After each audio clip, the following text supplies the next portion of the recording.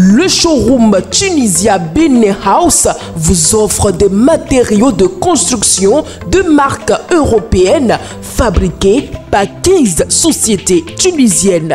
Tunisia Benin House est situé à Cotonou, Kaboma, immeuble Amani. Pour tout renseignement, contactez le +229 01 21 31 61 58. Avec votre showroom Tunisia Benin House, proposez et construisez la maison de vos rêves à un prix imbattable.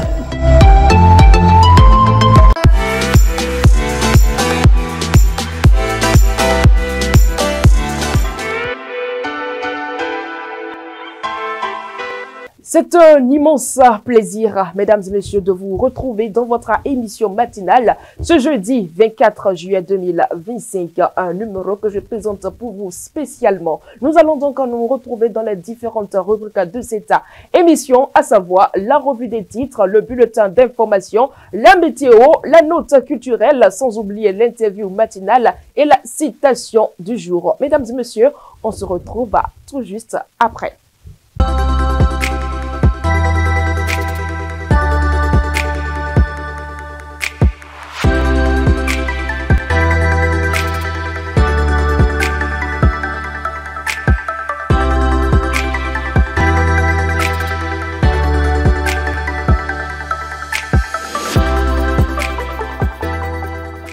Bien le bonjour à chacun et à tous. Nous ouvrons donc cette émission avec la première rubrique, la revue des titres, et nous démarrons donc avec le quotidien d'Akonambwe, la Guérite, qui affiche donc à sa manchette ce matin, deuxième édition du concours des leaders à Libreville. Des bourses d'études pour intégrer l'université ESIG disponibles. La composition prévue le 17 septembre prochain. À sa fausse manchette du jour, vous pouvez lire « Réflexion de Christelle Rondonoubo à Lyosa. Savez-vous ce que le mot merci peut produire dans votre vie ?» Point d'interrogation. Une réflexion à lire à la page 3 de votre quotidien. Toujours à la une de votre quotidien, la Guérite, 65e anniversaire de l'indépendance du Bénin. Quelle touche particulière pour la DER de talent, s'interroge votre quotidien. Dernier titre à la une de la Guérite, médias en ligne présélectionnés, l'important message de la HAC. Nous retrouvons à présent Matin Libre qui affiche ce matin 1er août 2025 comparé au 1er août 2016. L'unité nationale, l'ombre au tableau. Nous retrouvons à présent le quotidien La Boussole qui placade lutte contre la corruption en Afrique. Le président Vlavono ouvre un atelier de réflexion à Cotonou. Il alerte sur 90 milliards de dollars de pertes annuelles sur le continent. L'investigateur, quant à lui, affiche Journée de l'artisan béninois, édition 2025 à Torviclin. Grand rassembleur, le maire Tozo reçoit les hommages des artistes. Présence remarquable de la coordination communale UPR, conduite par le coordonnateur Rigobert Tozo. La tribune de la capitale, phase finale de la CAN de mini-football en Libye. Le Bénin décroche une ultime chance de qualification au mondial et intègre le comité exécutif africain. Nous retrouvons à présent le quotidien du service public, La Nation, qui titre ce matin à sa manchette « Hôpitaux et centres de santé ». Un dispositif pour sécuriser les patients. Le potentiel, quant à lui, titre « Mésaventures des usagers de la route sur le tronçon Boycon à Gounin ». Bavure policière, 2 flics mis aux arrêts de rigueur. Le DGPR Brice Kokou Alowanou décidé à soigner l'image de la police républicaine. Décryptage info, titre par contre, développement économique, bientôt une zone économique spéciale à Kétou. L'autre quotidien, parlant toujours de 1er août 2025, affiche l'occasion d'un geste d'unité nationale pour entrer dans l'histoire. Fraternité, Fraternité affiche à sa manchette bilan positif des examens nationaux 2025, le fruit d'un effort collectif. Témoignage de quelques acteurs du système éducatif, une dynamique encourageante, mais des défis à relever. Le chronomètre titre à son tour « Parole d'une colonne spirituelle » du ministère Otto. Une femme soumise peut tout obtenir. La leçon de vie de la prophétesse Blandine Passot à lire donc à la page 8 du quotidien Le Chronomètre. L'emblème du jour affiche ce matin, mesdames et messieurs, 2026, année électorale sous tension au Bénin. Justice ou chaos, s'interroge l'emblème du jour. Et nous clôturons, mesdames et messieurs, avec le quotidien Maison La Guérite qui affiche à sa manchette deuxième édition du concours des leaders à Libreville. Des bourses d'études pour intégrer l'université ESIG disponibles. La composition prévue le 17 septembre prochain. À sa fausse manchette du bas, vous pouvez lire 65e anniversaire de l'indépendance du Bénin. Quelle touche particulière pour la DER de Talon. À la fausse manchette du haut, réflexion de Christelle Rondonoubo à Lyosa. Savez-vous ce que le mot merci peut produire dans votre vie? Point d'interrogation. Dernier titre à la une de votre quotidien Dakonaboué, médias en ligne présélectionnés. L'important message de la HAIC. Un message à lire à la page 10 du quotidien. Mesdames et messieurs, c'est donc l'essentiel à retenir de la revue des titres de ce matin. On se retrouve tout juste après cette virgule dans le bulletin d'information.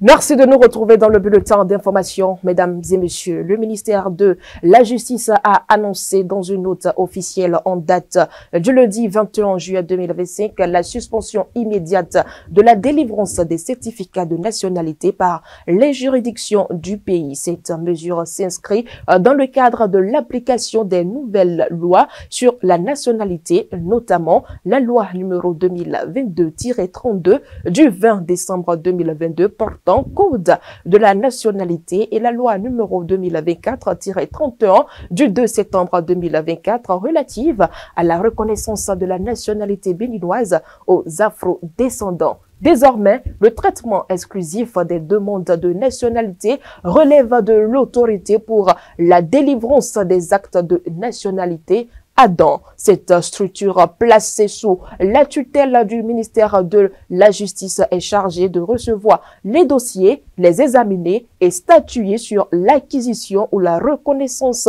de la nationalité béninoise.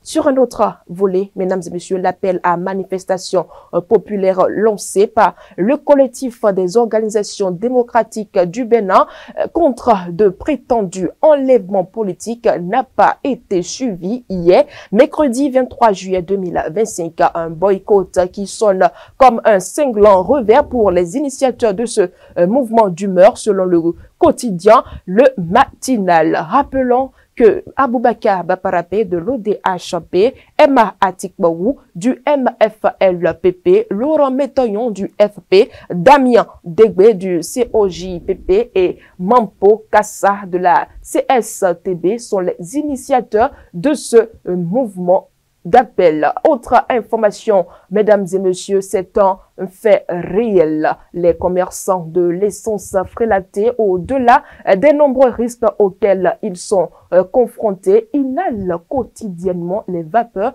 d'hydrocarbures. Cela peut être à l'origine de nombreuses maladies telles que le cancer sous diverses formes selon les médecins. Pourtant, nombreux sont ces commerçants qui ne prennent aucune mesure de protection pour y faire face. Suivez cet élément réalisé par Anselme Orisha et Modeste à dans ces temps.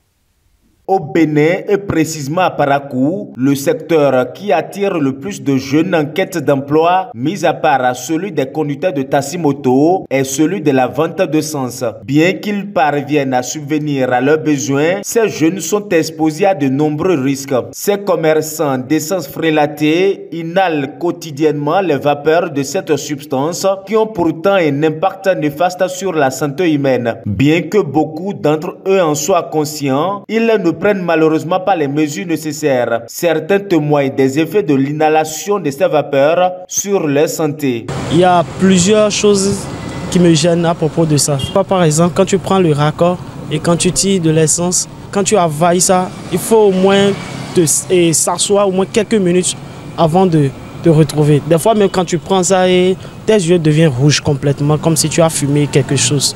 Ça nous affaiblit en même temps. En vendant même l'odeur, ça te gêne parfois. Tu es obligé même de prendre des bouteilles et mettre. Là où tu verses, tu dois regarder ailleurs parce que à cause de l'odeur. Pratiquement moi, ça m'a rendu plusieurs fois malade. Et le gaz là, ça a des inconvénients sur mon organisme. Mais avec le temps, chaque 2 semaines, j'essaie de prendre des piqûres pour pouvoir éradiquer le gaz qui est dans mon organisme. Et ça entraîne le palud. Et il y a des rhumes, des fois ils sont enrhumés, sans les maux de ventre des fois. Selon les spécialistes de la santé, l'inhalation prolongée de ces gaz affecte gravement l'organisme et les personnes exposées peuvent développer divers types de cancers. À la longue, toutes ces personnes peuvent développer des cancers, que ce soit des cancers de la gorge, des cancers digestifs, des cancers de la sphère aérodigestive. Si je ne me trompe, il y a du méthane, d'accord, dans les constituants du prétone. Donc, à force d'inhaler, d'avaler, de respirer, d'accord, ces constituants, on peut bien développer du jour au lendemain un cancer.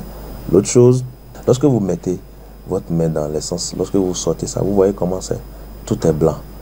Et ça vous tire parfois. Donc, un vendeur d'essence, lorsqu'il ne prend pas vraiment des précautions, il peut développer aussi le cancer de la peau. Afin d'éviter d'en arriver à ce stade, les médecins préconisent certaines mesures de précaution. Ce qu'il faut, ils vivent de ça, d'accord, on ne refuse pas, même si l'État est en train de faire ce qu'il peut pour pouvoir vraiment formaliser ce secteur.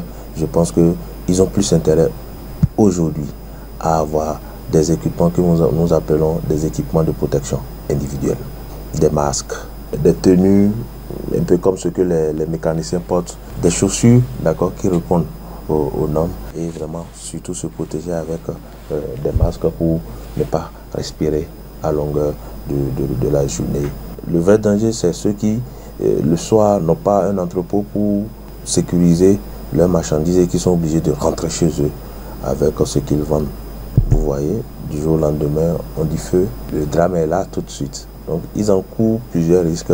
Le risque le plus majeur, c'est la mort, parce que lorsque ça prend feu, que Dieu nous préserve de ça, on ne peut rien pour ça. Mais on peut quand même prévenir tous ces accidents. Il est important d'avoir une activité permettant de répondre à ses besoins vitaux, mais il est tout aussi essentiel de prendre des dispositions pour protéger sa santé.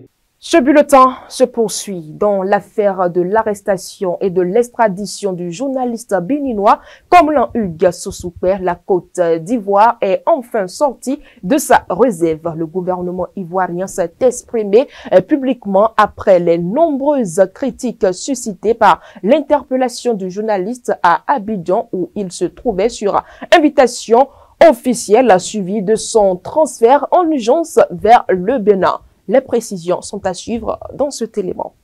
Depuis l'arrestation de Hugues Komlan Sossoukper le 10 juillet 2025 à Abidjan, alors qu'il était officiellement invité par le ministère ivoirien de la transition numérique et de la digitalisation pour prendre part à la première édition de l'Ivoire Teach Forum, prévue du 9 au 11 juillet 2025 au Sofitel Hôtel Ivoire Abidjan, les autorités ivoiriennes ont gardé pendant 2 semaines le silence. Le porte porte-parole du gouvernement ivoirien, Amadou Koulibaly, s'est enfin prononcé sur l'arrestation à Abidjan du journaliste béninois Hugues Komlan-Sossoukbe et son extradition à Cotonou. Interrogé par l'agence France Presse, l'AFP, le ministre de la Communication et porte-parole du gouvernement ivoirien s'est exprimé sur ce dossier sensible qui défraie la chronique depuis quelques jours. Il a donné sa version des faits sur ce que les défenseurs de droits humains qualifient de kidnapping du journaliste Hugues Komlan-Sossoukbe. Dans ses propos, il a d'abord confirmé son arrestation, affirmant que l'État ivoirien ignorait le statut de réfugié de l'activiste au moment de son interpellation. Selon lui, les autorités ont simplement exécuté un mandat d'arrêt international en vertu des accords judiciaires entre la Côte d'Ivoire et le Bénin. Je cite, « Les autorités ignoraient son statut de réfugié politique », fin de citation, argumente Amadou Koulibaly. Si Abidjan reconnaît avoir procédé à son interpellation et extradition vers le Bénin, il a démenti toute interpellation illégale. Je cite, « Aucune action illégale n'a été entreprise. Nous avons simplement exécuté un mandat au nom de la coopération judiciaire avec le Bénin », fin de citation, a déclaré le ministre ivoirien. Par rapport à la présence du web activiste béninois en Côte d'Ivoire, le ministre de la Communication Amadou Koulibaly a souligné que le ministère de la Transition numérique avait invité une cinquantaine de journalistes sur la base de leurs compétences, mais il n'a pas certifié que le journaliste béninois figurait formellement parmi les invités comme l'ont pourtant affirmé ses avocats. Pour rappel, Hugues Komlan-Sossoukbe est poursuivi pour plusieurs chefs d'accusation, notamment incitation à la rébellion, harcèlement électronique et apologie du terrorisme par la Cour de répression des infractions économiques et du terrorisme CRIET. Il faut préciser que depuis son interpellation et son extradition de la Côte d'Ivoire au Bénin, le journaliste Sossoukbe est détenu à la prison civile de Ouidah. Au Gabon, les procédures judiciaires visant la présidence d'Ali Bongo ou initiées par ses proches au-delà des frontières du Gabon ne cessent de se multiplier. La famille du président déchu avait déjà déposé plainte à Paris pour séquestration et torture contre les actuelles autorités gabonaises. Landry Amiang Washington, cyberactiviste emprisonné pendant 4 ans de 2016 à 2020 pour outrage du chef de l'État, et Bertrand Zibi, ancien député et opposant à Ali Bongo, ont simultanément déposé des recours devant différentes instances à Londres, Washington, Bruxelles et prochainement Paris contre Ali Bongo. Pour Bertrand Zibi, ce sont désormais toutes les victimes du région Bongo qui doivent obtenir justice.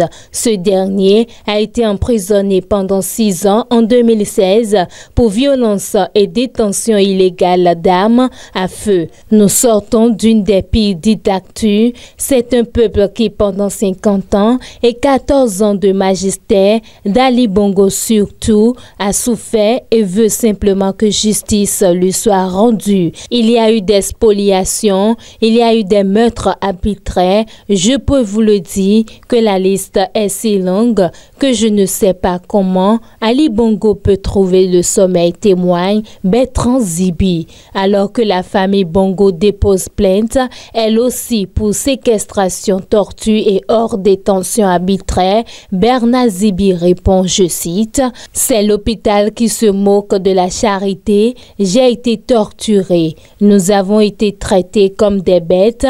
Moi-même qui vous parle, j'ai passé 4 ans au milieu des malades mentaux et des fous totalement nus à la prison centrale. Un criminel comme on n'en a plus vu en Afrique depuis belle lurette. Nous nous retrouverons devant les tribunaux et il pourra dire sa part de vérité et moi-même la mienne également. » Fin de citation, termine-t-il. En note sportive pour terminer au Cameroun, nouveau rebondissement concernant l'éternel feuilleton autour des Lions indomptables. Le sélectionneur Marc Brice aurait présenté ce mercredi 23 juillet sa démission avant de démentir quelques heures plus tard. Un épisode de plus qui rajoute de la confusion alors que la Fédération camerounaise de football et le ministère des Sports sont toujours en désaccord au sujet de la gestion de la sélection camerounaise. Entre fuites de documents, accusations de piratage et règlement de compte, le climat reste tendu, mesdames et messieurs. Et voilà l'essentiel à retenir du bulletin d'information de ce matin. Nous passons tout de suite à la météo du jour. Vous avez un produit ou une marque à promouvoir, un événement à médiatiser, une annonce importante à faire diffuser pour le public béninois et même à l'international. Le groupe de presse La Guérite, à travers sa web télévision Guérite TV Monde, sa web radio Guérite Radio et son journal La Guérite est votre interlocuteur valable. Pas notre savoir-faire, notre audience grandissante et notre présence constante sur le terrain ainsi que sur des plateformes digitales. Donnez de l'écho à vos activités pour l'atteinte de vos objectifs. Reportages, compte rendu, publi-reportage, spot publicitaire, magazine, interview, bande défilante sont entre autres offres du large éventail que nous vous proposons pour une communication percutante et efficiente. À vous donc de jouer en nous contactant dès maintenant par appel direct et par WhatsApp au plus 229 01 97 26 26 111. Le groupe de presse La Guérite, c'est la garantie d'atteindre vos cibles.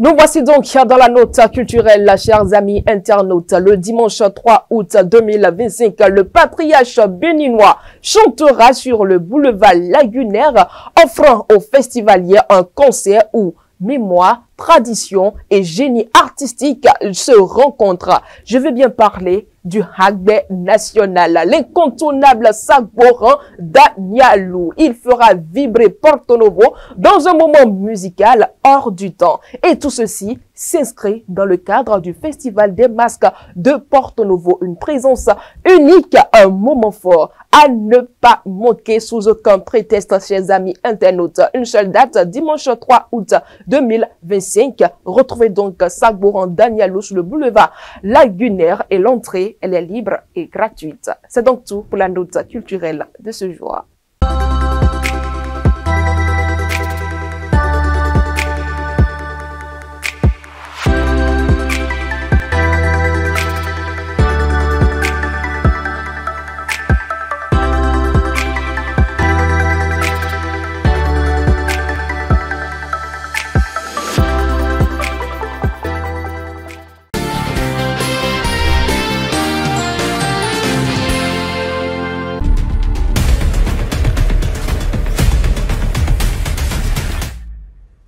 Merci beaucoup pour cette question fondatrice. Il faut dire que la vision à la FIA 2025, adoptée au début des années 2000, était une projection ambitieuse. C'était une étude prospective, certes, mais une projection ambitieuse, mais aussi indicative, qui fixait les grands caps du développement sans être adossée à une architecture institutionnelle et juridique contraignante. Il faut le retenir. Elle a jeté les bases d'une dynamique de planification, simplement, mais elle n'avait ni force de loi, ni mécanisme robuste de suivi et d'évaluation. En revanche, si vous prenez la vision Bénin 2060, vous verrez que nous l'avons adoptée par voie législative. Nous avons voté la loi récemment. Et cette vision est un cadre stratégique national juridiquement opposable maintenant, articulé autour d'un horizon long, avec des axes prioritaires clairs, des objectifs quantifiables et surtout un mécanisme intégré de suivi, d'évaluation, de reddition de comptes et de sanctions politiques. Elle est donc une plus-value majeure car elle transforme une orientation indiciaire en une obligation nationale de transformation structurelle. Donc voilà ce qu'il faut retenir des deux visions, donc qui, on ne peut pas dire qui se complètent, mais la première,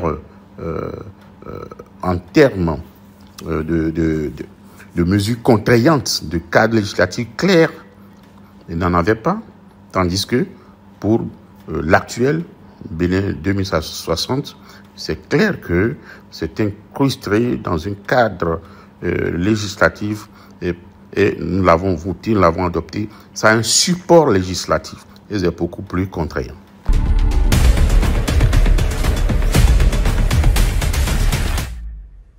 Je vous dis que la vision Bénin 2060 est désormais adossée, comme je l'ai dit, à une loi votée à l'Assemblée nationale. Donc, étant une loi, elle s'impose comme référence suprême pour la planification et l'exécution des politiques publiques. Et 3 mécanismes assurent sa pérennité. Premièrement, il y a l'obligation de conformité. Ça, c'est l'article 29 nouveau qui le dit. Et au terme de cette obligation, il faut dire que toute politique publique, programme ou plan gouvernemental devra désormais être alignée à cette vision. Donc, se conformer aux axes de la vision 2060. Deuxièmement, le rapport annuel de conformité, qui est donc instauré par l'article 30 nouveau, qui impose que chaque année, le gouvernement devra présenter devant la représentation nationale un rapport sur le degré d'alignement de ces politiques avec la vision. Et enfin, troisièmement, il faut dire que le contrôle parlementaire est renforcé, notamment la commission des finances et des échanges dont j'ai l'honneur d'assurer la présidence jouera un rôle central dans l'évaluation de cette cohérence et dans l'activation des leviers d'alerte ou de rappel à l'ordre.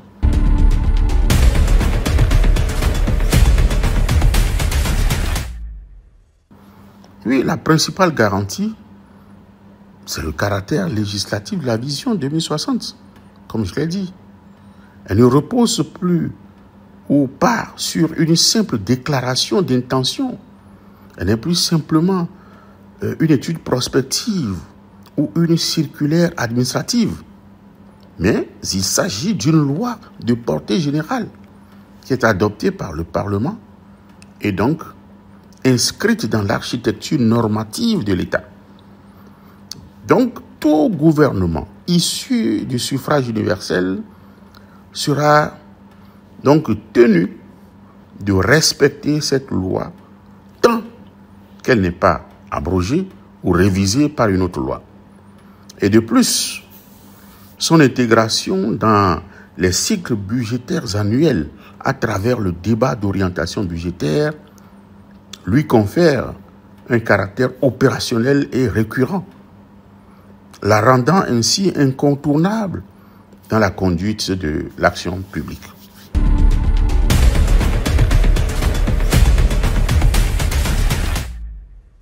Et oui, bien sûr, pleinement. Elle n'est plus simplement prescriptive, comme je l'ai dit, elle est normative. En d'autres termes, la vision 2060 ne recommande pas, mais elle oblige. Sa contrainte repose sur des piliers fondamentaux que sont, premièrement, son intégration légale dans le corpus législatif national. Et deuxièmement, sur l'exigence annuelle de rapport de conformité. Et troisièmement, sur la possibilité de résolution parlementaire en cas de manquement répété. Et comme toute autre loi, les pouvoirs publics ont l'obligation de s'y conformer. Et lorsque un gouvernement ne se conforme pas aux lois de la République, vous savez qu'il existe des mécanismes législatifs qui permettent que les parlementaires actionnent la mise en responsabilité donc du gouvernement devant ses responsabilités. Donc c'est un gage de continuité de l'État au-delà des alternances politiques. Et c'est aussi un instrument pour sanctuariser la vision long terme dans notre démocratie. Donc c'est ça, donc comme elle a une loi, tous les gouvernements successifs ont l'obligation de s'y conformer et de conformer la conception de leur politique publique, aligner ces politiques sur cette vision. S'ils ne le font pas, comme c'est une loi, c'est un manquement, et les parlementaires donc prendront les responsabilités donc par une résolution pour obliger le gouvernement à s'y conformer.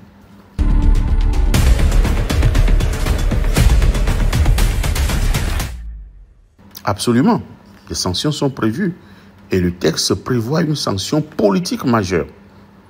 Le défaut de conformité manifeste et répété, dûment constaté par l'Assemblée nationale, peut faire l'objet d'une résolution, comme je l'ai dit, motivée, ce qui constitue une désapprobation parlementaire formelle, susceptible de déclencher une crise politique, voire institutionnelle.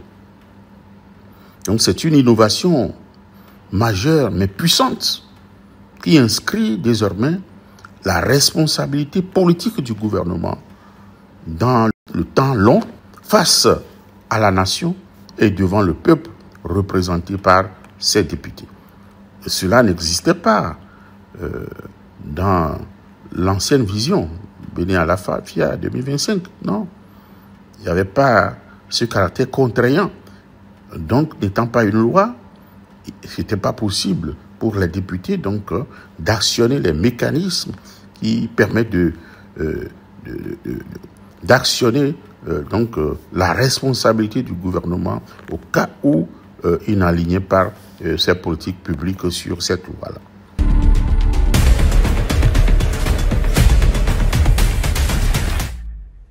Oui, une évaluation a été conduite et présentée par le gouvernement.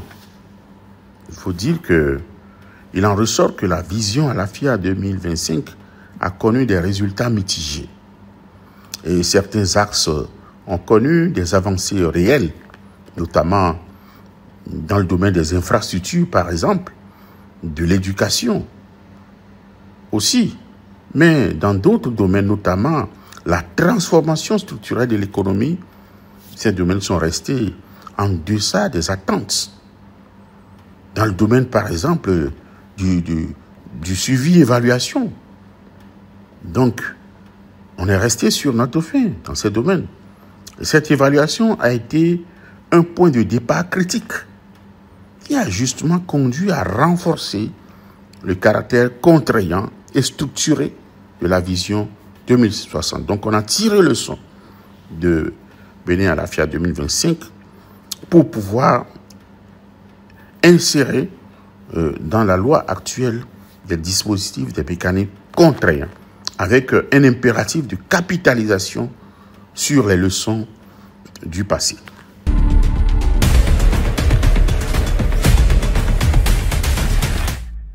Il faut dire que la vision Bénin 2060 n'est pas une affaire de technocrates. Elle a vocation à mobiliser l'ensemble de la nation. Le gouvernement a prévu plusieurs mécanismes, notamment des campagnes de sensibilisation citoyenne, la création d'un observatoire indépendant de suivi de la vision avec la participation de la société civile, des jeunes et des élus locaux, mais aussi l'intégration de la vision dans les documents de planification communale afin que les collectivités locales deviennent les co-acteurs de la transformation. Donc en clair, la vision Bénin 2060 est un projet de société. Elle n'est pas une exclusivité de l'administration centrale. Et le peuple béninois, dans toutes ses composantes, y est convié.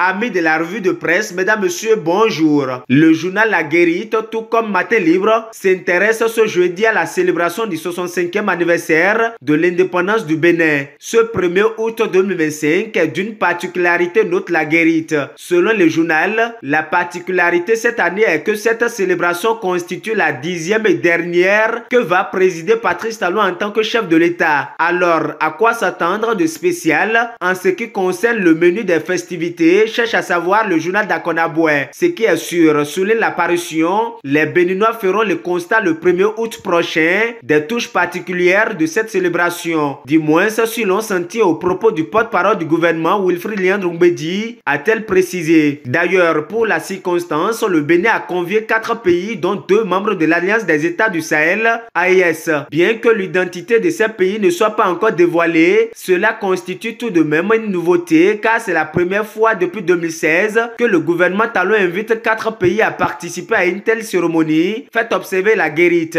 Le cas particulier des pays membres de l'AES revêt une portée symbolique, surtout dans un contexte régional marqué par des tensions entre le Bénin et ces pays dirigés par des militaires depuis 3 ans, souligne-t-il. À travers cette démarche, note La Guérite, le Bénin entend réaffirmer son ouverture, son esprit de rapprochement et renforcer ses liens militaires et diplomatiques dans un contexte où la lutte contre le terrorisme exige une véritable synergie d'action. Par ailleurs, dans sa volonté d'être porté en triomphe à la fin de son mandat, Patrice Talon laissera-t-il les femmes des marchés modernes et d'autres corps organisés dont les artisans, les émigrants défiler pour lui exprimer leur remerciement quant aux infrastructures et autres projets de développement concrétisés par le pouvoir de la rupture, se demande La Guérite. Matin Libre, quant à lui, fait une étude comparée du 1er août 2025 au 1er août 2016. Le journal fait constater que l'ombre plane autour de l'unité nationale, car selon mon confrère, le 1er août 2016, quand Patrice Talon commémorait son 1er août en tant que président de la République, l'ambiance était plus que festive. Cette fête était le symbole de l'unité nationale, souligne l'apparition. Mais 9 ans après, certains des hommes politiques qui étaient au défilé du 1er août 2016 sont aujourd'hui soit en exil, soit en prison. D'autres, bien qu'en liberté et au Bénin, ont de sérieux griefs contre le régime, mais pour leur tranquillité ont adopté la loi de l'Omerta, regrette la publication. Puis la principale pomme de discorde reste les lois chrysogènes qui ont occasionné des élections exclusives avec leur lot de violence. C'est donc dans un Bénin où les fils sont divisés sur les questions de démocratie, de liberté et de droits de l'homme que le régime de la rupture s'apprête à célébrer le 65e anniversaire de l'indépendance du Bénin et le dernier pour Patrice Talon en tant que chef de l'État. C'est d'ailleurs l'occasion l'occasion de poser un geste d'unité nationale, recommande l'autre quotidien. Le journal appelle alors à des actions fortes de la part du chef de l'État pour la décrispation politique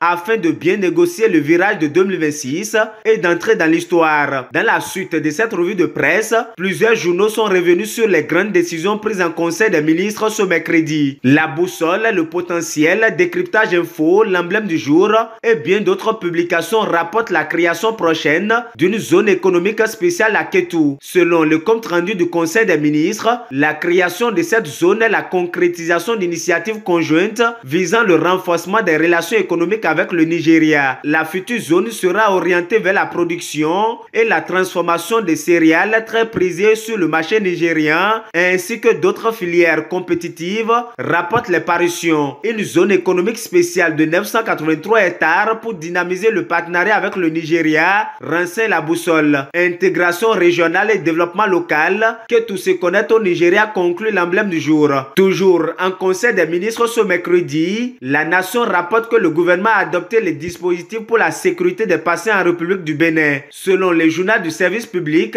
ce dispositif initié par l'autorité de régulation du secteur de la santé participe de la volonté du gouvernement d'améliorer sur la durée la qualité des soins au niveau de l'ensemble du secteur sanitaire du Bénin. Son application favorisera la diminution des préjudices causés aux patients à l'occasion des soins, l'amélioration de la qualité du service et le regain de confiance des populations qui devra se traduire par une augmentation de la fréquentation des établissements de santé. C'est donc un dispositif pour sécuriser les patients, conclut la nation. Amis de la revue de presse, mesdames, messieurs, ainsi va l'actualité telle que vue et traitée par les confrères de la presse écrite ce jeudi. Merci de m'avoir suivi. À demain.